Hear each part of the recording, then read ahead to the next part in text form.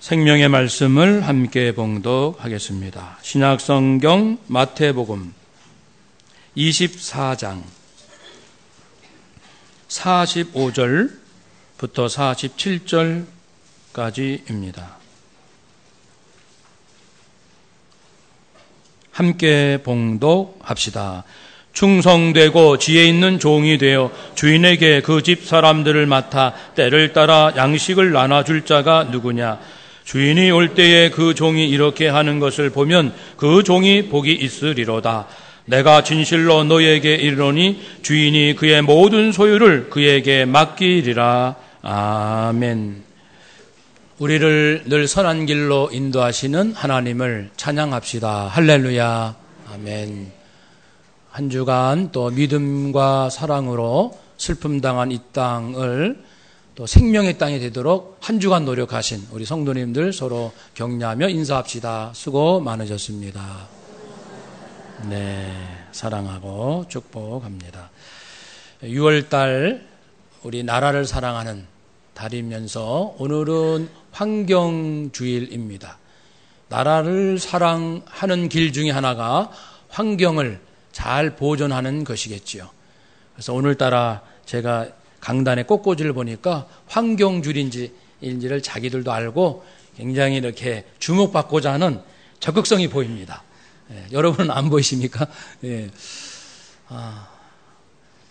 우리가 하루하루 산다는 것은 기적이고 하나님의 도우심이 아니면 살 수가 없습니다.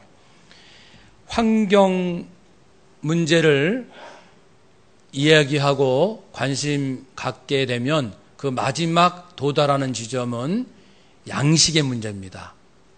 결국 우리가 먹고 사는 문제에 도달하고 우리 먹는 문제가 위기를 당하면 우리는 환경에 대한 책임을 그 어느 때보다 느끼고 또 위기의식을 갖게 됩니다.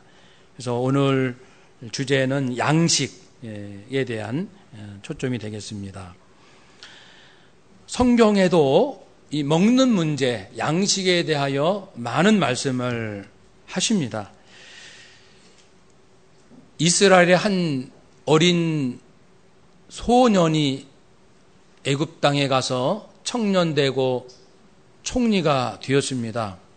그래서 애굽의 전 백성들을 위하여 엄청난 업적을 남겼는데 7년 풍년 동안 곡식을 잘 저장해 두었다가 7년 흉년 동안 곡식을 백성들에게 적절히 나눠줌으로써 그 기근을 피할 수 있었고 애굽뿐 아니라 가나안 땅 인근 백성들도 곡식을 구하러 애굽을 찾으러 올 정도였습니다. 그 지혜는 하나님께서 주신 거예요. 하나님은 우리가 굶고 사는 것을 원하시지 않습니다. 금식기도 외에는 또 특별한 경우를 제하고는. 그러나 성경에는 또 양식에 관하여 가슴 아픈 이야기도 나옵니다. 이스라엘 백성들이 하나님 앞에 지속적으로 범죄함으로 심판을 받게 되어서 주변의 강대국 바벨론 제국으로부터 공격당하여 이스라엘이 가장 자존심을 내세웠던 예루살렘 성이 회파되는 사건이 있었습니다. 그래서 그 포위당하고 공격당하고 먹을 것이 떨어지고 그렇게 되니까 부모들이 어린 자녀들을 삶아서 먹는 일이 발생했습니다. 그런 일들이 놀랍게도 예루살렘이 멸망당하는 와중에 많은 아픔의 사건들이 일어나는데 놀랍게도 신명기에 28장에 너희가 하나님을 경외하면 이런 복을 받으려니와 너희가 하나님을 외면하고 하나님께 등 돌리고 계속 불순종한다면 이런 재앙이 임할 거라고 91가지가 나옵니다. 신명기 28장에 91가지 재앙이 제가 찾아본 건 아니고 어느 성서학자가 찾아봤는데 예루살렘 멸망할 와중에 91가지가 다 이루어졌다는 거예요. 그대로 됐다는 거예요. 참 놀란 예, 무섭고도 놀라운 일입니다. 하나님 말씀 한 말씀도 땅에 떨어지지 않는다는 예로 설명되곤 합니다. 그것도 역시 사람이 굶으면 어떻게 되는가? 사람도 잡아먹는, 인중을 먹을 수밖에 없는 지경에 도달할 수 있다는 것을 보여줬고요. 또 예수님께서 주신 말씀 중에 포도원 품꾼 비유가 있습니다.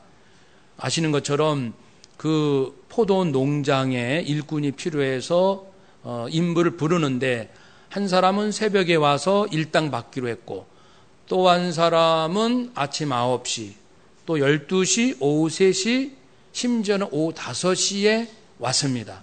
당신이 왜 이렇게 서 계시오? 일을 하고 싶어도 나에게 일을 시키는 사람이 없습니다. 이리 오시오. 해서 불과 한두 시간 일을 했을까요? 그런 임금 계산할 때는 그 새벽에 온 사람이나 오후 5시에 온 사람에게 똑같이 한 데나리온 일당을 주었죠. 새벽에 온 사람이 화를 냈습니다.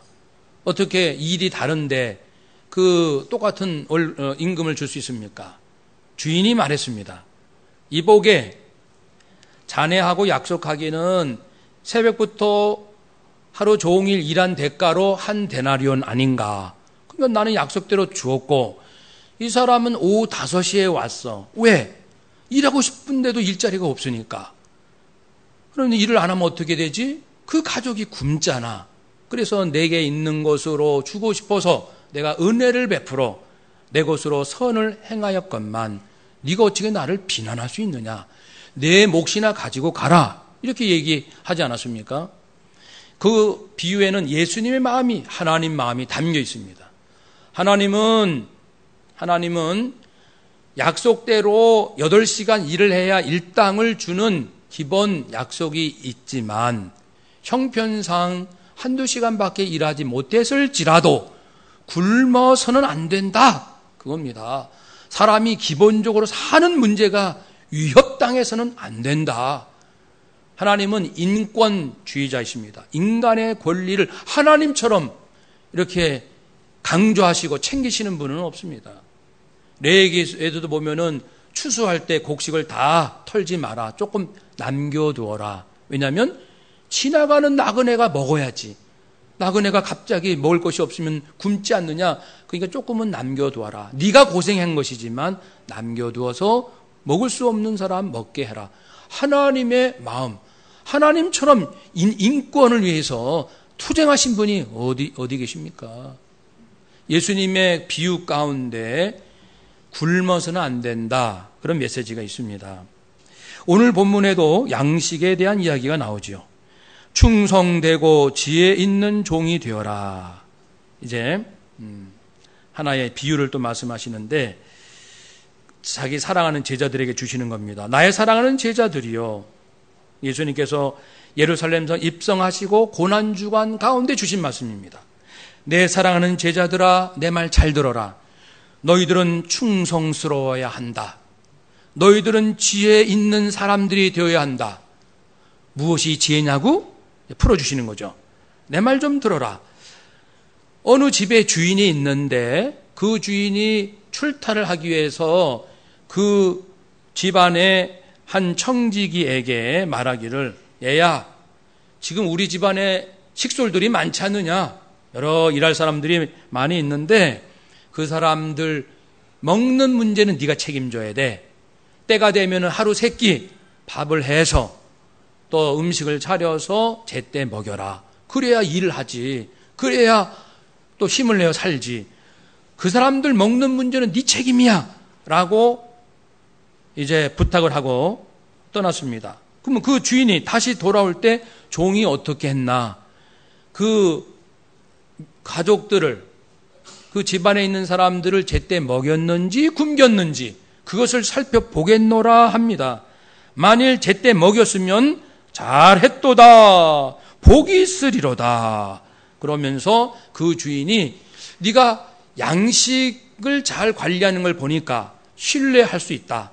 네가 양심껏 그리고 사랑하는 마음으로 주인에게 대한 충성심으로 이 일을 잘 감당했으니까 다른 일까지, 아니 나의 모든 소유를 맡기고 싶구나, 이렇게 말하지 않겠느냐.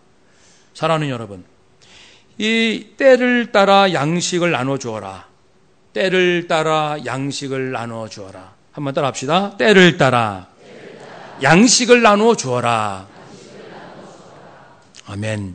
때를 따라 양식을 나눠주는 사람이 지혜롭다는 겁니다. 그런데 이 양식이 뭡니까?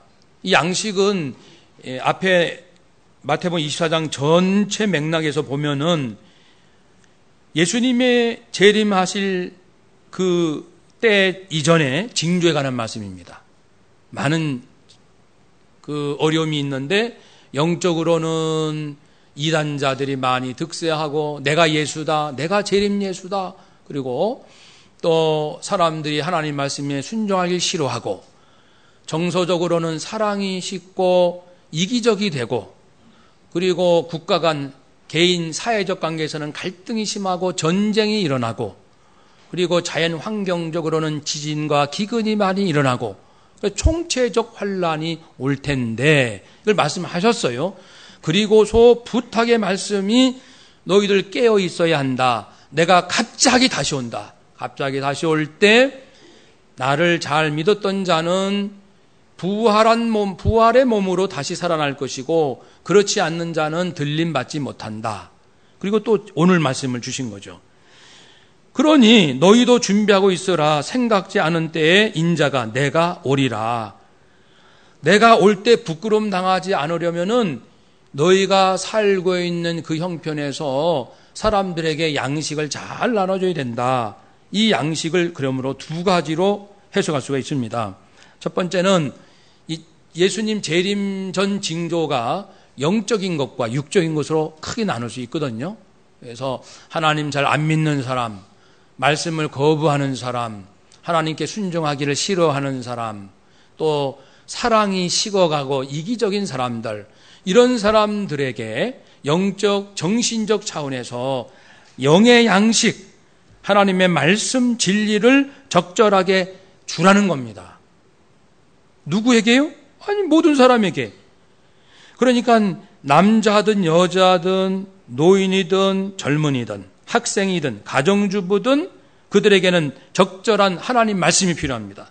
직장인, 자영업자, 공무원, 농수산축산업자, 교육, 예술, 각종 전문 직종, 정치인, 모든 사람에게 무엇이 필요하냐면 그때에 들어야 할 말씀이 필요한 거예요. 하나님의 진리, 생명의 진리. 이 생명의 진리를 만약 듣지 않으면 어떻게 될까요? 듣지 않으면 하나님으로부터 멀어집니다. 멀어진다는 것은 열심은 있으나 자기 의를 내세운다고 로마서 10장 1, 2, 3절에 말씀했습니다. 열심은 있으나 열심히 살아요. 본이 됩니다, 사람들이. 근데 이 안에는 자기 의로움으로 산다고 했습니다. 하나님의 기쁘신 뜻을 따르지 아니한다고 했습니다. 또 성장하는 과정에서도 태어나서 어리고 중고등부, 또 청년, 또 청장년, 장년, 노년, 모든 그 시점에 하나님 말씀이 필요해. 그때 들을 말씀이 있거든요. 지금 시험 준비하는 학생이 들어야 할 말씀이 있고 군에 입대하는 청년이 들어야 할 말씀이 있고 이민 갈 사람이 들어야 할 말씀이 있고 이제 몸에 큰 병이 걸린 사람이 들어야 할 말씀이 있고 또 자기가 세상에서 큰 성공적 업적을 얻은 사람이 들어야 할 말씀이 있고 한 맺힌 사람이 들을 말씀이 있고 다른 사람에게 많은 피해를 입힌 가해자가 들어야 할 말씀이 있고 모든 사람이 모든 때에 들어야 할 말씀이 있다는 겁니다. 때에 따라 영의 양식을 나눠주는 자가 누구냐? 예수님께서 요한복음 4장과 6장에서 말씀하시기를 나는 생명의 떡이다. 내가 생명의 양식이다. 사람다운 사람, 인생다운 인생이 되는 그 양식이 바로 나다. 나를 먹는 자는 굶주리지가 않는다. 허무하지 않고 허전하지 않을 것이다. 기쁨이 충만하고 소망이 가득할 것이다. 사랑이 넘칠 것이다. 내가 주는 것을 마시는 자는 영원히 목마르지 않을 것이다. 영원히 목마르지 않을 것이다. 나도 먹는 양식이 있다. 나도 먹고 사는 양식이 있는데 내가 먹는 양식이 무엇인지를 아느냐. 즉 그건 하나님께서 내게 주신 것을 나는 먹고 산다. 하나님께서 내게 주신 뜻을 나는 먹음으로 나는 산다. 내 양식은 하나님의 뜻이다. 하나님의 뜻이 무엇인가? 그것은 내게 준 모든 그리스도인들을 마지막 날 죽지 않고 다시 부활하여 새로운 몸 부활케 하는 것이 아버지의 뜻인데 그 뜻을 나는 먹음으로 산다. 내가 먹는 영의 양식은 하나님께서 궁극적으로 사람들을 구원하시고 믿는 자를 부활케 하시려는 아버지의 그 간절한 뜨거운 마음, 뜨거운 사랑, 그것을 나는 날마다 먹는다, 날마다 마신다. 나는 그것을 먹고 마심으로 오늘도 너희들을 만나서 너에게 복음을 전하고 기적을 행한다. 이렇게 하셨습니다. 사랑하는 여러분, 예수님도 영의 양식을 잡수셨고 우리도 언제 어디서 누구와 무엇을 한다 할지라도 그때마다 필요한 말씀이 다 있기 마련입니다. 그런데 어떻게 매일 성경을 읽지 않으십니까? 어떻게 꼭 힘들 때만 읽으십니까? 기분 좋을 때만 읽으십니까? 하나님 말씀은 언제나 들어야 합니다. 누구나 들어야 하고 어떤 형편과 처지에서도 들어야 할 줄로 믿습니다. 지난주에 소개해드렸던 우리 김혜영 그 아프리카 보츠와나 선교사님, 그분이 예수님을 믿게 된 계기가 뭐였습니까? 자기가 저주받은 인생으로 태어나고 그렇게 성장하고 집에서 쫓겨나고 15살 때 지급학교 가서 이렇게 있을 때 친구로부터 들은 얘기가, 혜영아, 그 선생님 있잖아, 지급학교 선생님이죠. 그 선생님께서 말하시는데 우리 혜영이가 인생을 살려면 예수님을 만나야 하는데 예수님과 함께 살아야 할 텐데 걱정이구나. 그러셨단 말이야. 네가 예수님과 함께 살아야 된다는 거야. 그 혜영이라는 15 소녀가 그때 처음 충격받은 거예요. 내 인생에 나를 염려해 주는 사람도 있구나. 맨날 엄마한테 욕 얻어먹고 저주받고 얻어맞고 그렇게 살았는데 나를 따뜻하게 염려해 주는 사람이 있구나. 그래서 그때 마음을 열어서 예수님을 영접했다고 했습니다. 선생님, 지급학교에 있는 선생님의 말씀 한마디, 혜영이가 인생을 살려면 예수님을 만나야 되는데 예수님과 함께 살아야 할 텐데 걱정이구나. 이것이 생명의 양식이라고요. 이것이 영의 양식입니다. 이러한 영의 양식을 직장 동료에게 나눠본 적 있습니까? 친척들에게 나눠본 적 있습니까? 우리는 가난한 사람에게는 말씀을 줘야 할 필요가 느낄지 몰라요. 근데 부자들한테는 아니야, 저 사람들 뭐 말씀 듣지도 않을 걸, 필요도 없을 걸. 그건 우리 생각이에요. 부하든 가난하든 누구나 하나님 없는 인생은 절망적 허무에 빠지게 되어 있습니다. 그러므로 우리 한 선생님으로 김혜영 소녀가 예수님 믿고 그것도 제대로 예수님 만나가지고 고난 가운데서도 기쁨으로 살고 오늘날 수많은 사람의 은혜를 끼친 사람이 되었듯이, 그랬듯이 그 선생님의 그 진실된 사랑의 영적 말씀 한마디가 인생을 바꾸고 한국교회에 얼마나 큰 울림을 주고 있습니까? 그렇구나. 우리는 무엇으로 이 세상에 큰 감동과 울림을 주기를 원하십니까? 하나님 말씀이면 충분해요. 하나님 말씀은 대단한 능력이 있습니다. 내 입에서 왜 하나님 말씀이 나가지 않는다면 생각을 해봅시다. 영적 양식을 때에 따라 사람들에게 나누어 줘라. 그런 사람이 인생을 지혜롭게 사는 것이다. 두 번째는 이제 육적 양식입니다. 육적 양식, 먹어야 산다는 것은 하나님께서 더 잘 아십니다. 우리가 무엇을 먹을까 마실까 염려하지 마라. 아버지께서 있어야 할 줄을 아시느니라. 하나님께서 왜 모르십니까? 그러므로 우리는 이 땅에 굶는 사람들에 대한 관심을 가져야 합니다. 전 세계 10억의 인구가 하루 1,000원 가지고 살고 그 중에 8억은 한 끼 먹어 영양실조 상태에 있고 그 중에 3천만 명은 죽습니다. 굶어서 죽어요. 1년에. 그걸 잘 생각해 봅시다.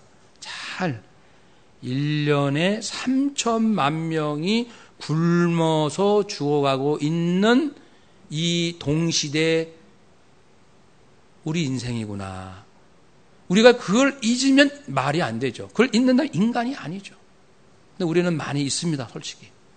빌 게이츠가 아프리카 기아 퇴치에 앞장선 배경이 하나가 자기가 물론 하버드대 중퇴했지만 학교 다닐 때 또 주변에 사업하면서 있을 때 어느 누구로부터 이렇게 굶어 죽어가는 사람이 전 세계에 이렇게 많다는 걸 들어본 적이 없다고 그랬어요. 우리는 또 그게 이해가 안 돼. 그 말 안 들었다는 게 이해가 안 되는데 사실은 상류층에만 살다 보면은요. 상류층에만 살다 보면은 사람이 굶어가고 있다는 걸 잘 모릅니다. 충분히 모를 수 있어요. 얼마든지. 그런데 빌 게이츠가 아프리카를 딱 가보니까 충격받은 거죠. 이게 어떻게 인간 사는 세상에서 이런 일이 있을 수 있느냐. 마음을 이제 바꿔서 그런 이제 구제 사역에 앞장서고 있는데 사랑하는 여러분, 정말 몰라서도 관심이 없어서도 잘 듣지 않아서도 그런 경우 많습니다. 앞으로는 어떻게 될까요? 이 먹는 문제 점점 더 어려워지겠죠. 경지 면적은 더 줄어들고 농업 인구 감소하고 고령화되고 기상이변은 잦아들고 생산량은 감소하고 유가 상승으로 바이오 에너지 수요는 높아지고 그래서 옥수수로 기름을 만들려고 하니 곡물은 더 부족하게 되고 세계 인구는 증가되고 특별히 중국과 인도 사람들이 고기를 좋아하는 날 지구는 끝장입니다. 그러니까 그 기도해야 될지는 모르겠어요. 하나님, 중국 사람들이 고기를 그렇게 좋아하지 않게 해주세요. 13억이 지금 산업화 과정에서 이제 눈을 떠서 우리도 좀 잘 살아보자 하고 있는 우리 과거 생각해 보세요. 명절 때, 생일 때 소고기 국물, 소고기가 헤엄치고 지나간 국물만 먹던 우리가 고기 뷔페 나왔을 때 6,000원, 7,000원짜리 저도 열심히 간 적이 있었지만 와, 7,000원 고기 뷔페라. 무한정 먹을 수 있다. 13억의 인구가 여기에 눈을 뜨면은요, 이건 보통 심각한 문제가 아닙니다. 그래요. 그래서 특별히 이제 육식 섭취 증가 이런 문제로 인해서 곡물 가격은 계속 상승하고 있고 앞으로 더 그럴 것이고 우리나라 역시 생산량은 줄고 소비량은 증가하고 수입량은 많아지고 그래서 곡물가는 올라가고 있습니다. 어떻게 할 것인가? 놀고 있는 땅 놀리지 말고 자급자족할 수 있도록 무슨 상추라도 뭐라도 심으라는 얘기입니다. 하여튼 먹거리가 나올 수 있도록 땅을 놀리지 말라. 이것이 인류에게 하는 얘기입니다. 지금 유엔에서 온 인류 놀고 있는 땅이 없게 하시오. 뭐든지 심으시오. 먹을거리를 만들어내시오. 그리고 두 번째 강력하게 말하는 게 뭐냐면 고기를 좀 줄이라. 육류 섭취를 줄이라. 소고기 1kg 얻기 위해서 곡물 10kg 내지 20kg가 소요가 됩니다. 곡물 1kg 얻기 위해서 물이 4,000리터가 소요되고 경작지 많이 필요합니다. 그래서 그 가축을 사육하기 위해서 농사 지을 수 있는 땅이 점점 풀을 키우는 땅으로 바뀌어가고 있습니다. 고기만 줄여도요, 많이 도움이 될 것입니다. 하나님은 70억의 인류가 굶지 않고 살 수 있도록 얼마든지 이 땅에 복을 주시는 분이십니다. 그런데 우리가 지금 어떻게 하고 있는지 생각하면서 내가 배부르다고 해서 배고픈 사람 잊지 맙시다. 내가 잘 나간다고 해서 어려운 사람들 외면하지 맙시다. 하나님은, 예수님은 말씀하셨습니다. 때를 따라 먹는 양식을 주어라. 배고픈 사람이 있는데 어찌 네가 배부른 것을 자랑할 수 있겠느냐. 그래서 그런데 우리는 나도 모르게 내가 형편이 넉넉하면 어려울 때 형편을 잊어버리고 또 교만하게 되지 않습니까? 그래서 예수님은 영과 육, 영의 양식, 육의 양식을 함께 때에 따라 줘야 된다. 육의 양식만 줘서는 안 돼요.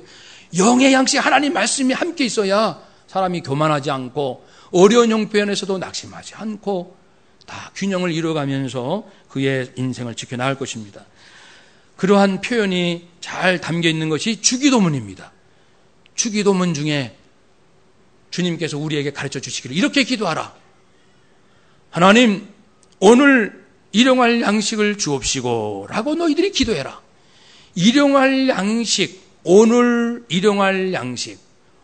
일용할 양식이라는 것은 그 필요한 만큼이라는 뜻입니다. 오늘 필요한 만큼.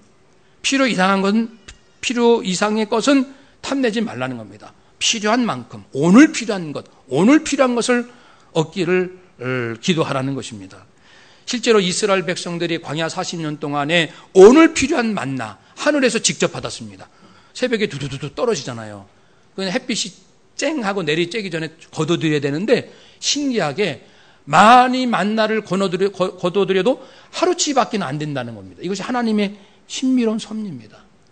우리는 평생 내가 먹을 그 분량이 있을 거예요. 하루 먹을 분량, 한 달, 그 이상 먹어서는 안 돼요. 필요한 만큼만 먹으면 됩니다. 필요한 만큼. 옷도 필요한 만큼만 입으면 되고, 필요한 만큼 신발만 있으면 돼요.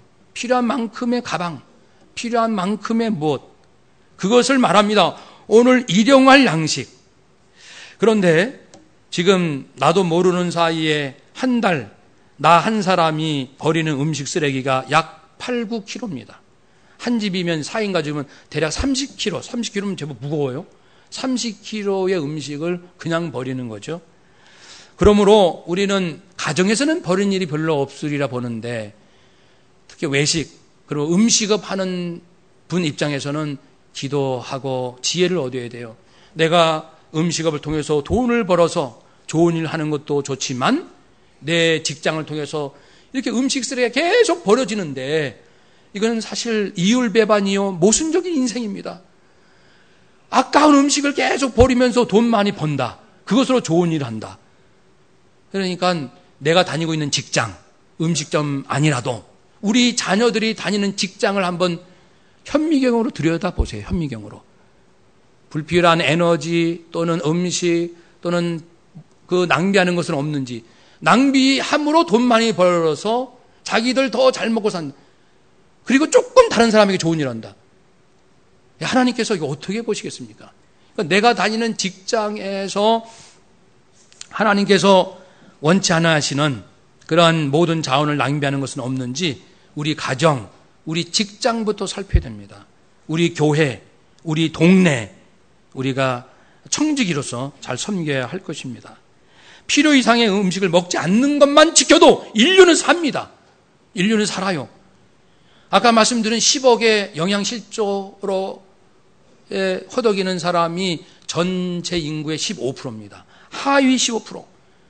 근데 대한민국 수도권에 사는 사람들은요, 상위 15%, 제가 본 통계가 있는데, 우리는 상위 15%에 삽니다. 지금 여기 있는 우리들, 상위 인류 전체로 볼 때, 상위 15%. 우리는 극소수의 부자들만 보고 비교해서 그렇지, 전체를 놓고 보세요. 우리는 상위 15%의 풍족한 삶을 살고 있다고요. 풍족한. 근데 인생이 기쁘지 않습니까? 행복하지 않아요?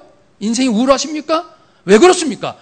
영의 양식이 부족하니까, 생명의 양식이 부족하니까 보아도 보지 못하고 누려도 누리지 못하고 그러는 거예요. 우리는 15%. 제가 한번 말씀드렸지만 우리 당산동 교회 아이들까지 한 500여 성도님 됩니다. 저는 여기 이 교회 담임 목사입니다. 제가 누리고 있는 이 형편은 한국교회 10만 명 목사님 중에 상위 10% 안에 들어갑니다. 제 삶이. 상위 10%. 10% 안에 들어요. 그러니까 우리 목사님은 50% 끌어내려야겠다. 그러지 마시고. 그거 제가 알고 있다는 거예요, 제가 주제 파악을 하고 있다는 걸 말씀드리는 거예요. 네. 제가 상위 10%의 풍족함을 누리고 있는 목사다, 이 정도는. 제가 그걸 알고 있습니다. 여러분께도 감사드리고 있어요, 늘. 사랑하는 여러분. 그래서 예수님은 이렇게 일용할 양식, 육의 양식, 사람들에게 공급하기를 원하시고, 또 오늘이라는 것은 오늘만 아니라 내일도, 그 다음날도 하나님의 도움이 아니면 살 수 없다는 이건 영적인 깨어있음을 말합니다. 너희들 영적으로 깨어있어라. 하나님의 도움이 없이는 너희 살 수 없다. 그것입니다. 매일 먹은 육의 양식 필요하다. 그리고 하나님의 도우심이 필요하다. 하나님의 도우심으로 매일 먹을 수 있다. 한번 더 합시다. 하나님의 도우심으로 매일 먹을 수 있습니다. 아멘. 하나님의 도우심으로 영적 양식 매일 먹고 살 수 있다. 육의 양식 이것을 함께 구원하는 것입니다. 이것을 잘 실천하는 그래서 이 적절한 것에 스스로 아무리 많아도 내가 누리고 쓸 것은 적절하게 만족하며 살기로 작정한 사람이 있습니다. 그 사람이 잠언 3장 8절에 아굴이라는 사람입니다.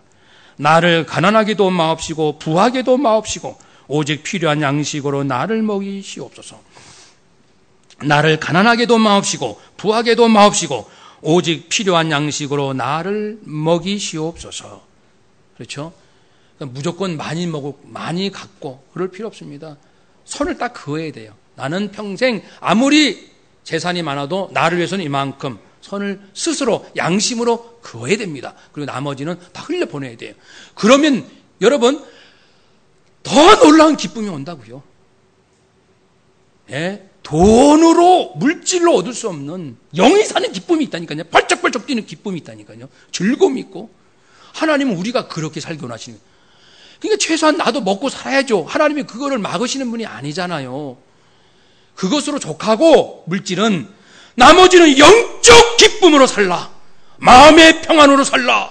남들을 사랑하고 돕고 그런 마음이 살고 영이 사는 그 시열로 살아. 그 표현이 좀 그렇지만 그 쾌감으로 살라. 그 쾌감 아십니까? 다른 사람, 어려운 사람을 도움으로 내가 누리는 그 놀라운 기쁨이 있습니다. 얼마나 기쁜지. 그 기쁨으로 살라는 겁니다. 물질은 어느 정도만 있으면 되고요. 이건 세상하고 분명히 가치관이 맞지 않습니다.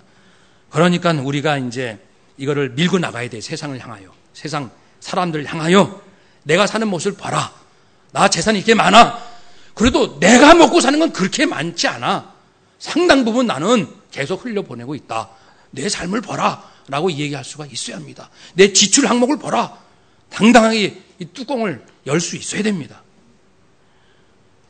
그리고 감사하고 기쁜 것은 우리 인도 사역하는 이희성 권태현 선교사님, 또 우리 이한견 지사님, 최건순 권사님께서 이렇게 이제 인도에서 사역을 하시는데, 아샤스쿨, 가난하여 학교에 가지 못하는 아이들 30명을 대상으로 하루 5시간 수업하고 밥을 또 이렇게 해서 그 아이들 먹이고, 그것은 최건순 권사님이 담당하시고, 또 다른 사역은 힌두 아이들과 슬럼 아이들을 위한 성경학교 매주 토요일 날 60명, 목요일 날 30명. 길거리 사역으로 길거리나 기차역이나 유원지 등에서 집이 없어 떠돌아다니며 지내는 아이들 20명 매주 2회 이상 방문해서 간식 주고 건강 체크하고 수학영어 가르쳐주고, 또 시리 지역에서는 매주 토요일 일요일 날 아이들 30명 대상으로 영어 수학 찬양 성경 공부, 총 170명의 아이들 학교 못 가거나 집이 없거나 또는 공부할 수 없거나 여러 가지 그 어려운 아이들을 돌보고 있어요. 우리 교회에서 파송한 이희선 선교사님 팀이. 그래서 우리가 5개월 동안 저축해서 모았던 그 저금통 지난번 우리가 모아보니까 약 180만 원 정도 되었습니다. 그래서 글로 갈 거예요. 그 아이들. 그래서 지금은 바빠 사역에서 일주일에 한 번밖에 못 먹여요. 물질이 없으니까. 우리가 보내면 2번도 먹이고 3번도 먹이고. 여러분, 우리 전쟁 후 모습 같아요. 집이 없어서 떠돌아다니는 아이들. 옛날에 참 거지가 많았잖아요. 아이들. 그런 모습이 지금 우리가 조금만 절약해도 그들에게는 큰 힘이 됩니다. 할 수 있고 해야 되고요. 그러므로 우리는 이 환경주의를 맞이해서 지금 우리가 세계적으로 보면 잘 먹고 산다는 것을 인정하시고, 좀 차이는 있겠지만 눈을 열어서 10억의 영양실조 걸린 사람들, 하나님 저희가 책임지겠습니다. 이런 거룩한 마음을 가져 우리 그리스도인들이 앞장서겠습니다. 이 땅에 굶는 사람이 없는 그날까지 우리의 있는 것을 계속 나누겠습니다. 세상에서 들려오는 소식은 민족과 민족의, 나라와 나라가 서로 대적하고 지진과 기근이라는 소문은 들려지겠죠. 소문은 들려지겠지만 그건 그거고, 우리는 로마서 12장 2절처럼 너희는 이 세대를 본받지 말라. 마음을 새롭게 하라.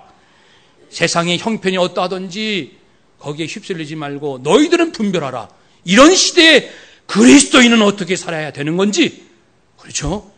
우리 안에는 어떤 뜨거운 가슴이 있어야 되는 건지 마음을 새롭게 하여 변화를 받아 하나님의 선하시고 기뻐하시고 온전하신 뜻이 무엇인지 분별하도록 하라. 그래서 아브라함처럼 갈 바는 모르지만 주의 말씀 믿고 우리는 굶는 사람들을 돌보라는 하나님의 말씀을 붙들고 나가는 겁니다. 계속 나가다 보면 아브라함이 약속의 땅을 자손에게 얻게 해줄 수 있었던 것처럼 우리가 지금 사랑으로 전 세계 굶는 사람들을 힘껏 돕고 도우면 우리도 더 잘 되고요, 세상 좋은 세상 되고요, 우리 자녀들 영성이 더 높아집니다. 부모 밑에서 자라는데, 우리 부모는 우리 집은 잘 먹고 잘 살아.